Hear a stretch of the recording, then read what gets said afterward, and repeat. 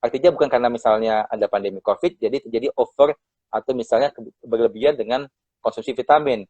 Kenapa? Efek jangka panjangnya tidak baik pada organ-organ tubuh mam sendiri. Jadi tetap kalau mam ingin konsumsi vitamin, tetap berkonsultasi dengan dokter mam juga untuk diberikan vitamin yang sesuai dan juga dosisnya atau jumlahnya memang sesuai dengan kebutuhan kita, bukan yang berlebihan. Pada prinsipnya semua yang berlebihan itu tidak baik. Itu dia. Memang vitamin dasar itu memang dianjurkan sekarang adalah vitamin D, vitamin E, vitamin C. Itu adalah vitamin-vitamin yang dapat diperoleh dengan lebih mudah, tapi tetap jangan berlebihan. Kenapa? Efek jangka panjang juga tidak kita harapkan pada kasus-kasus yang berlebihan konsumsi vitamin. Sebaiknya tetap berkonsultasi dengan dokter mam untuk dapatkan vitamin yang sesuai dengan kebutuhan. Itu dia. Oke, terima kasih banyak Dokter Benny atas keterangannya. Memang Terima benar kasih, ya. Sesuatu yang berlebihan ataupun yang kekurangan tidak bagus bagi tubuh. Makanya ada lagu yang sedang-sedang saja ya, waktu kita masih muda, Dokter Benny. Itu lagu siapa, Dokter Iko? Itu lagu siapa? Dulu Dokter Benny yang ngajarin saya.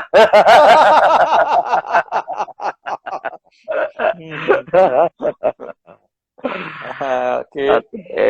Sambil menunggu kita sapa lagi yang baru bergabung. Tadi saya coba naik dulu ya. Pada Januara Kiki, Christian Narulia, Julie Dienos, dan Doa, Rachel Shopping, Idia Fitriani tadi yang bertanya, Wiwit Mailani, Mariana Putri, Joanna Mauli, Moniki, mohon maaf kalau saya salah sebut, Tiara Bia, ini ada FDW, kemudian Caha Studio Fotografi .at. Fotografi, oke. Ini ada berteman dengan Caha Studio Foto nggak, Dok? Jadi setiap bayang lahir mungkin sudah rekanan untuk dilakukan foto. Sebenarnya sih nggak karena cuma pada memang kan sekarang lagi trennya memang ya momen itu momen yang nggak bisa diulang. Jadi memang banyak pada ayah bunda memang yang ingin mengabadikan momen semula tersebut pada saat persalinan. Itu dia. Oh itu juga lagi ini ya lagi satu kendala ya. Mungkin itu juga tips dan triksnya. Jadi kan sekarang banyak itu persalinan ingin diabadikan momen tersebut. Itu gimana tuh? Ya kan apakah masih boleh gak? Ya, jadi gini, tetap kembali namanya ke protokol masalah COVID. Kasus COVID. Artinya apa? Itu momen yang nggak bisa diulang. Tetap harus koordinasi ke masing-masing rumah sakit. Karena ada beberapa rumah sakit yang memperbolehkan dengan protokol yang ketat, ada yang tidak dan sebagainya. Nanti boleh berkoordinasi ke manajemen masing-masing rumah sakit, tapi tetap juga artinya apa, jika pun misalnya dilakukan tetap harus screening pada petugas tersebut. Artinya apa? Untuk menghindari penularan kepada pasien, kepada mam, pada keluarga, dan juga kepada bayi terutama. Artinya apa? Momen itu memang nggak bisa diulang, tapi tetap juga kita harus sesuai protokol kesehatan COVID yang berlaku. Itu dia.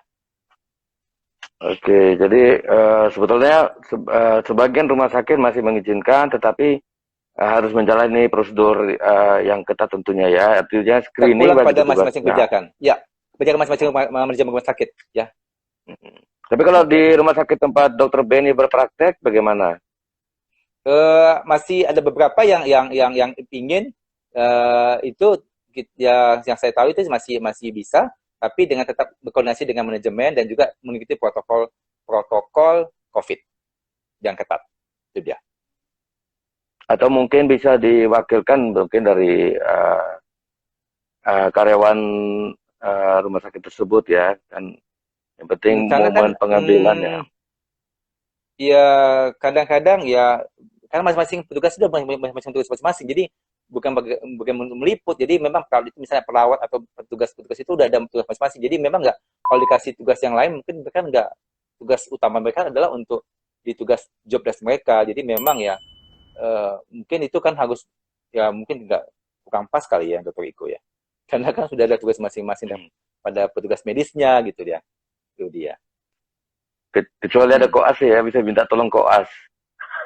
Itu zaman dulu kalau Dr. Iko ya. Iya. Ini Dr. Iko suka nyuruh asisten dulu ini ya. Wah, enggak lah. Bercanda ya, bercanda, bercanda. Oke, kita sapa dulu untuk Tante Tata dan Diana Bimo, kemudian Mrs. Julita K. Oke, bagi yang baru bergabung, silakan kalau ada yang mau ditanyakan dengan topik kehamilan di tengah pandemi. Tips dan trik bersama Dr. Benny Johan di Bincang Malam Dok Barista. Nah, mungkin follower Dr. Benny boleh juga nanti follow kita kalau ingin mengetahui informasi tentang kesehatan tentang kopi. Nah, itu di atas dasarnya makanya akun saya namanya Dok Barista karena selain dokter ya saya juga sempat langsung jadi barista. Itu dia yang kita salut sama Dr. Iko. Tetap bisa menyalurkan hobi di tengah profesi dan menghasilkan. Ya benar Dr. Iko ya, itu yang top memang. Wah, keren tuh. Keren. Kedai kopinya udah tutup dokter. Gak ada yang jagain lagi. Oh, karena ya betul-betul sibuk ya main kopi juga ya. Oke. Nah, tapi ini nunggu undangan untuk main bareng loh ini sama Dr. Benny. Karena Dr. Benny jago menarikan jari-jarinya di touch keyboard. Iya. Ya itu hobi Dr. Iko, hobi ya. Itu hobi kita bersama. Cuman betul sekali. Sejak terakhir waktu kuliah kita bersama di dunia musik, khususnya paduan suara. Ya untuk bermain musik kita udah belum pernah ya. Mungkin satu saat ada kesempatan kita udah bisa ngejam bareng. Betul. Nanti kita kapan ada waktu misalnya COVID ini sudah selesai, kita bisa ngejam bareng, ya kan Dr. Iko kita bisa menikmati waktu-waktu dengan musik. Musik itu sangat healing, prosesnya sangat baik sekali. Ada juga teorinya ya, masalah musik ya, sebagai terapi music of therapy, bagus banget. Pada ibu hamil juga perlu terapi musik, dan ada penelitiannya. Pemberian musik pada ibu hamil itu juga membantu proses perkembangan bayi juga. Ya. Khususnya musik klasik sebenarnya ya. Sebetulnya ada 3 musik ada penelitiannya. Mungkin agak sedikit menyimpang dari topik kita. 3 musik yang diteliti itu ada penelitiannya, musik klasik, musik pop, sama musik rock. Ternyata itu hasilnya berbeda-beda pada perkembangan janin tersebut. Cukup menarik hasil tersebut dari hasil penelitiannya. Mungkin itu topik berikutnya. Itu mungkin topik berikutnya. Boleh. Musik pada ibu hamil. Benar. Saya catat dulu biar gak lupa. Apa dan mengapa? Pengaruh musik pada Jadi ibu topik kita hamil, gini aja Dr. Iko. Sekamar. Gimana? Setiap Kamis bareng. Setiap Kamis malam. Boleh. Sekamar dengan Dr. Iko. Sekamar. Setiap Kamis. Sekamar. Setiap Kamis malam ya. Bareng. Kalau Kamis malam bisa malam Jumat, nanti penontonnya dikit loh. Pada sibuk di masing-masing bilik. Oke. Kita ucapkan juga selamat bergabung untuk Dorothy Napitupulu. Oh, itu Mama Dorothy ya? Apa kabar Mama Dorothy? Selamat malam. Nah. Oke. Oke, dari yang udah hadir silakan memberikan pertanyaan atau tadi saya nggak perhatikan benar. Apakah ada yang sedang hamil yang saat ini bergabung dengan kita? Mungkin pasien-pasien Dr. Benny? Enggak kayak siapa tahu ada yang hamil? Pada hamil memang.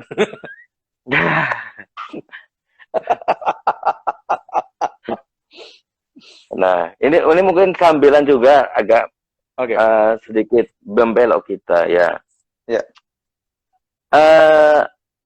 Adakah pengaruh makanan dengan jenis kelamin yang diharapkan? Artinya, kalau saya makan ini, mudah-mudahan anak saya laki-laki. Atau kalau orang minum soda, biasanya anaknya perempuan. Jadi gini, itu mitos ya, berarti kita ngomong mitos dong ini ya. Kita ngomong Ya, mitos berarti sambil ya. menunggu pertanyaan dari Oke. apa kita ya, Itu mitos. pemirsa kita. Itu mitos apakah dengan makan sayur itu anaknya perempuan atau makan daging banyak anaknya laki. Itu sebenarnya dari segi mitos itu sebenarnya tidak tepat, kurang tepat ya kita sebutkan. Kenapa? Karena kalau sudah hamil itu apapun kita makan tidak akan mengubah kelamin, gender atau kelamin pada janin tersebut. Jadi kalau misalnya makan sayur atau makan daging atau misalnya supaya dia cenderung ke anak laki-laki atau makan sayur ke anak bayi gender perempuan. Jadi enggak itu mitos, tapi tetap masalah gender itu adalah terkait pada masalah sperma. Jadi sperma menentukan jenis kelamin karena X and Y. Artinya apakah yang X-nya atau yang Y-nya yang melakukan pembuahan pada folikel telur masa subur tersebut. Jadi pada saat ovulasi atau masa subur. Jadi tidak tergantung pada apa yang kita makan.